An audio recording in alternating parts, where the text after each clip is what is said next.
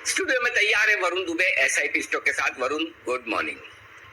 Good morning Anil ji. देखिए, और आज की हमारी जो थीम है बेसिकली वो एक एग्री थीम है और एक एग्री बेस्ड स्टॉक लेके आया हूं मैं आपके लिए, और इसका नाम है नाथ बायो, या फिर आप उसको नाथ बायो के नाम से भी बुला सकते हैं। 407 रुपए के आसपास ही ट्रेड कर रहा है।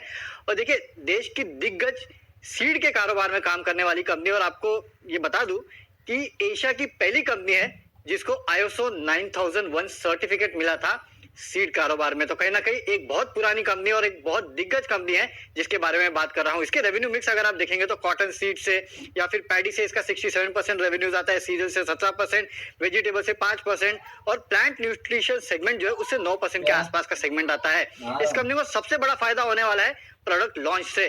करीब 40 नए प्रोडक्ट है जो ये कंपनी अगले 3 साल में लॉन्च करने वाली है, और इसमें भी जो पीएनएस सेगमेंट है उसमें भी काफी सारे प्रोडक्ट्स है।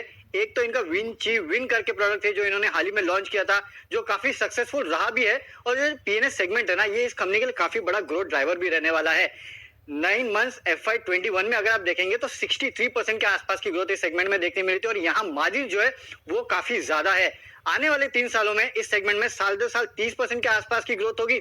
बाकी सेगमेंट्स में भी 20 से 30% के आसपास की ग्रोथ जो है वो आपको देखने मिलेगी। लेकिन ये जो पीएनएस सेगमेंट है इसके मार्जिन जो है वो काफी हद तक हेल्प करते हुए दिखाई देंगे, जिसके कारण इस कंपनी की जो आगे का प्रदर्शन है वो काफी बेहतर रहने वाला है। इनफैक्ट पिछले 10 साल का अगर आप देखेंगे तो कंसिस्टेंट परफॉर्मर रहा है ये कंपनी। आय में साल दर साल 13%, मुनाफे में करीब 36% के आसपास साल दर साल ग्रोथ देखने मिली है। इस तरह की कंसिस्टेंट परफॉर्मेंस जो है पिछले 10 साल से लगातार इस कंपनी ने दी है। अब वैल्यूएशन देखिए इस कंपनी के, प्राइस टू बुक वैल्यू महज 1.3 के आसपास है, मार्केट कैप टू सेल्स महज 2.5 के आसपास है, डेट टू इक्विटी देखिए 0.13 के आसपास है। और ये भी मैं वर्किंग कैपिटल डेट को कंसीडर कर रहा हूं इसके लिए। अगर आप लॉन्ग टर्म डेट देखें तो नेट लेवल पे कंपनी डेट फ्री है। इसके अलावा प्राइस टू इक्विटी जो है वो भी केवल 14 टाइम्स के आसपास है। इंस्टीट्यूशंस का इस कंपनी में काफी फोकस है और लगातार वो अपना स्टेक बढ़ा रहे हैं। मार्च 2020 में अगर आप देखेंगे 9% के आसपास का स्टेक था, अब वो बढ़ के करीब 11% के आसपास हो चुका है। तो एक दिग्गज कंपनी है, डेट फ्री कंपनी है, अच्छे फंडामेंटल्स है, सस्ते वैल्यूएशन पे है, इंस्टीट्यूशंस की फेवरेट भी है, और इसके लिए आपको इस कंपनी को अपने रडार पे रखना चाहिए। 20% के सर्किट पर खुलने के आसार भी दे रही है। हालांकि देखते हैं ये रेट सेटल होते हैं कि नहीं। पर नाथ बायो ये है आज का एसआईपी स्टॉक। अनिल जी, किस तरह से देखें इस कंपनी को? आपको यहाँ पर क्या पसंद है?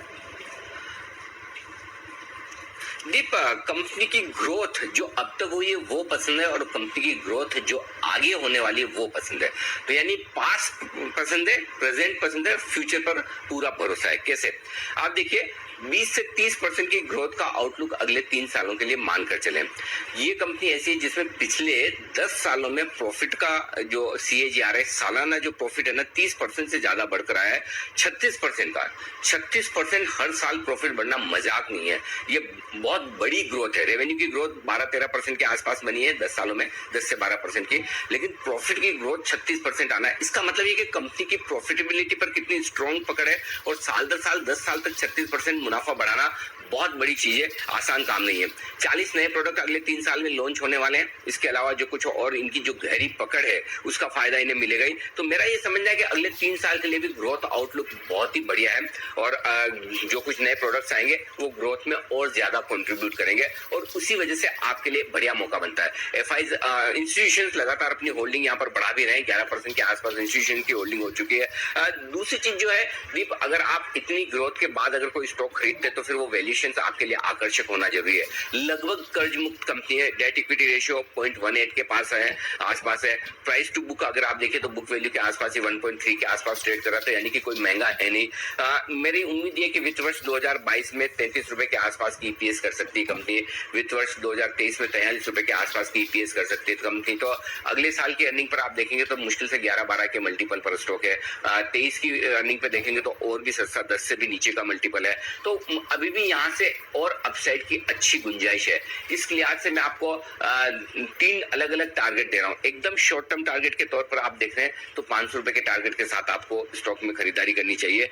मीडियम टर्म टारगेट जो है आपके 575 से 625 रुपए 600 रुपए के बनेंगे, 575 600 के आसपास। और जो लॉन्ग टर्म इन्वेस्टर्स हैं वो और ऊपर के टारगेट लेकर चल सकते हैं, जो कि 700 रुपए के आसपास, 575 675 700 के टारगेट लॉन्ग टर्म इन्वेस्टर्स के लिए लेकर बन सकते हैं। तो एक बहुत बेहतरीन स्टॉक है।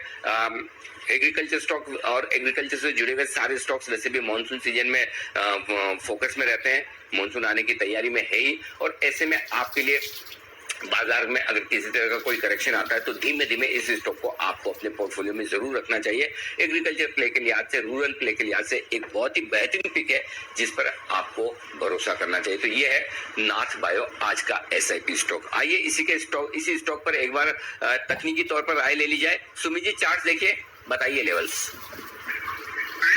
तेजी के ट्रेंड के अंदर में है। इसका फ्लैग पैटर्न का ब्रेकआउट आज देखने को मिल सकता है। 450 451 के आसपास इसका इमीडिएट हर्डल है, इसके ऊपर क्लोजिंग आज मिलती है तो ये जो फ्लैग पैटर्न का ब्रेकआउट बनेगा इसके टारगेट्स ऊपर में बनेंगे करीब 100 रुपए ऊपर के, यानी 450 के ऊपर क्लोजिंग मिलने पे 100 रुपए ऊपर की तेजी आने वाले कुछ हफ्तों में स्टॉक के अंदर देखने को मिल सकती है। तो लोअर लेवल्स पे जिन्होंने भी खरीदारी करी है वो होल्ड करें। इंट्राडे में कोई भी डिप आता है तो उसमें बाय करके चले और 450 451 के ऊपर 1 से 2 दिन का क्लोजिंग आ जाता है और विद वॉल्यूम्स मूव देखने को मिलता है तो आप मान के चले 500 से 550 के लेवल जल्दी ही आने वाले दिनों में स्टॉक में देखने